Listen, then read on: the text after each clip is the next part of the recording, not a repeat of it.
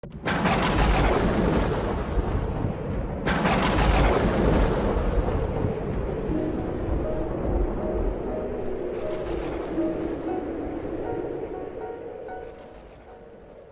Seigneur soit avec vous. Et avec votre esprit. Évangile de Jésus-Christ selon saint Marc.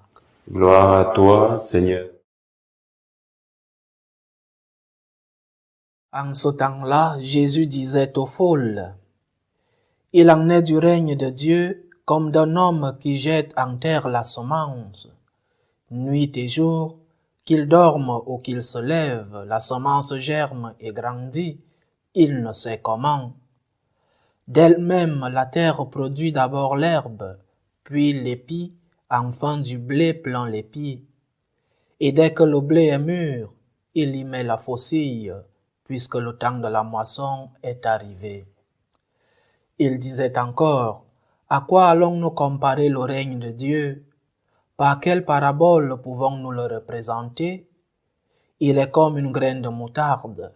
Quand on la sème en terre, elle est la plus petite de toutes les semences, mais quand on l'a semée, elle grandit et dépasse toutes les plantes potagères, et elle étend de longues branches, si bien que les oiseaux du ciel peuvent faire leur nid à son ombre. » Par de nombreuses paraboles semblables, Jésus leur annonçait la parole, dans la mesure où ils étaient capables de l'entendre.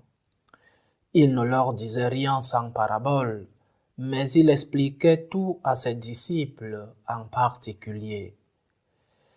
Acclamons la parole de Dieu. Louange à toi, Seigneur Jésus. Deux paraboles complémentaires. La première nous dit que nous ne devons pas avoir peur pour notre futur comme chrétiens. Et la seconde nous dit que oui, nous devons avoir peur, mais pas pour notre futur comme chrétiens, mais nous devons avoir peur de nous séparer de Dieu. La semence travaille seule en fonction de l'énergie qu'elle a en elle. Et de même, la parole de Dieu, elle travaille en nous, elle travaille dans le monde. Saint Jean-Paul II, dans son enfance, dans cette Varsovie, occupée par les nazis, comme tous les jeunes avaient cet enthousiasme de libérer son pays, il s'est inscrit dans la résistance polonaise. Et ce jeune qui voulait libérer son pays, qui voulait changer l'histoire dans son pays, s'est trouvé avec un directeur spirituel qui lui a dit une phrase qui a changé sa vie et qui a changé l'histoire de l'Église. Le mal se détruit lui-même. Toi, consacre-toi à faire le bien, lui dit-il. Et Karol Wojtyla, à l'époque, entra au séminaire. C'est vrai, clandestinement. Consacre-toi à faire le bien, parce que le mal se détruit de lui-même. Le bien a sa force, comme cette semence qui a une énergie en elle-même.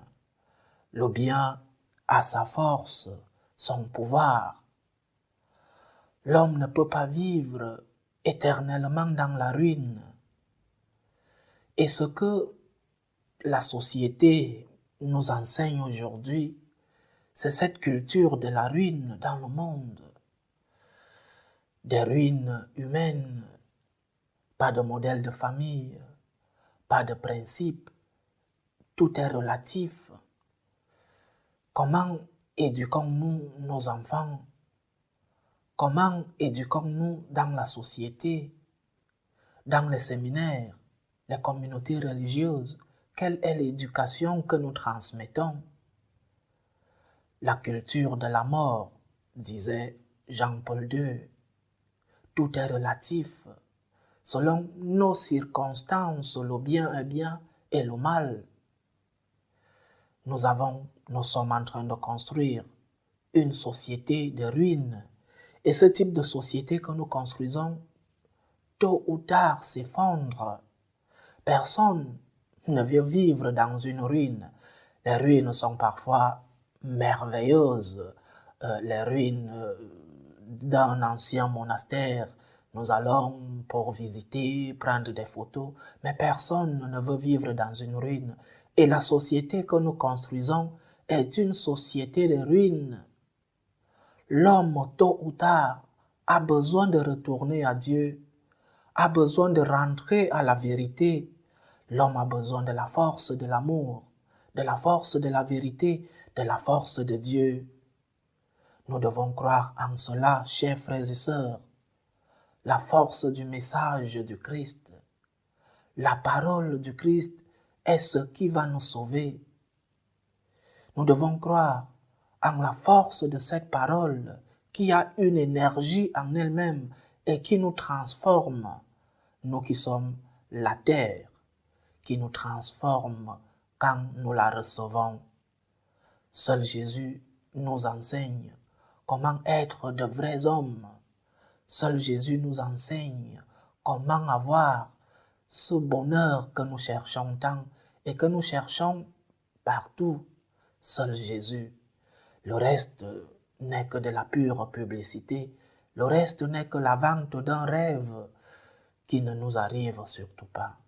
Seul Jésus nous donne le bonheur. La deuxième parabole qui complète, je disais, la première, nous dit que nous devons avoir peur de nous séparer de Dieu. Nous devons avoir peur que Dieu s'éloigne de nous. Nous devons avoir peur parce que nous sommes une petite semence.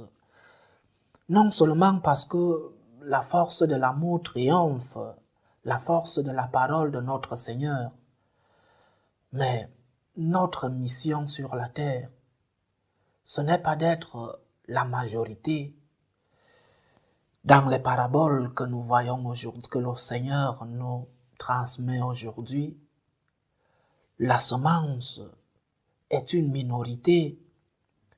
Et parfois, le Seigneur parle de la levure, du sel. Ce sont toujours des minorités.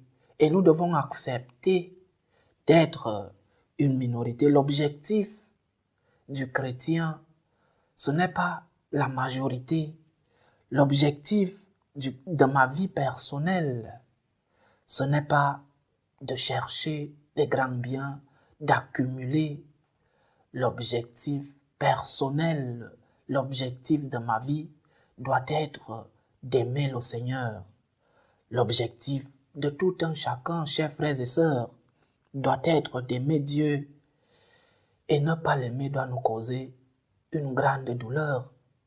Ne pas aimer Dieu, ne pas avoir cette relation de gratitude avec lui doit nous causer intérieurement une douleur, une conscience qui nous fait mal.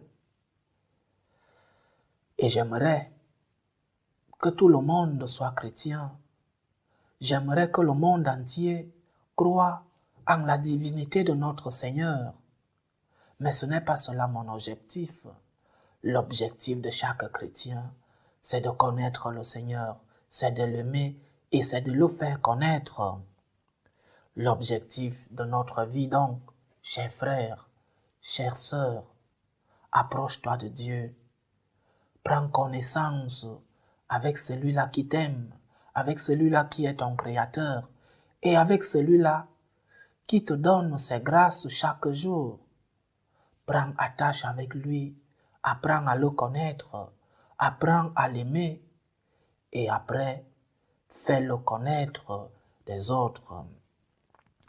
Si pour être politiquement correct, si pour recevoir les applaudissements des nouveaux dictateurs qui utilisent les moyens de communication comme le dictateur Néron utilisait les lions, si pour cela nous devons renoncer à nos principes, si nous devons renoncer au Christ, moi du moins, je ne le ferai pas. Je ne renoncerai pas aux principes chrétiens, je ne renoncerai pas au Seigneur pour recevoir des applaudissements des nouveaux dictateurs, des nouveaux tyrans du monde. Avec la grâce de Dieu, ne renonçons pas aux principes, ne renonçons pas au Seigneur? Devons-nous renoncer à la défense de la vie? Devons-nous renoncer à la transmission de la vérité? Devons-nous renoncer à notre Seigneur Jésus-Christ pour être applaudis, pour être politiquement correct? Non, le Christ d'abord.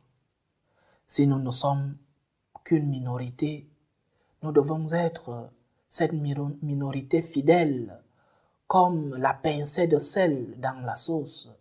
Nous devons être une minorité fidèle, comme cette petite semence qui après devient un grand arbre.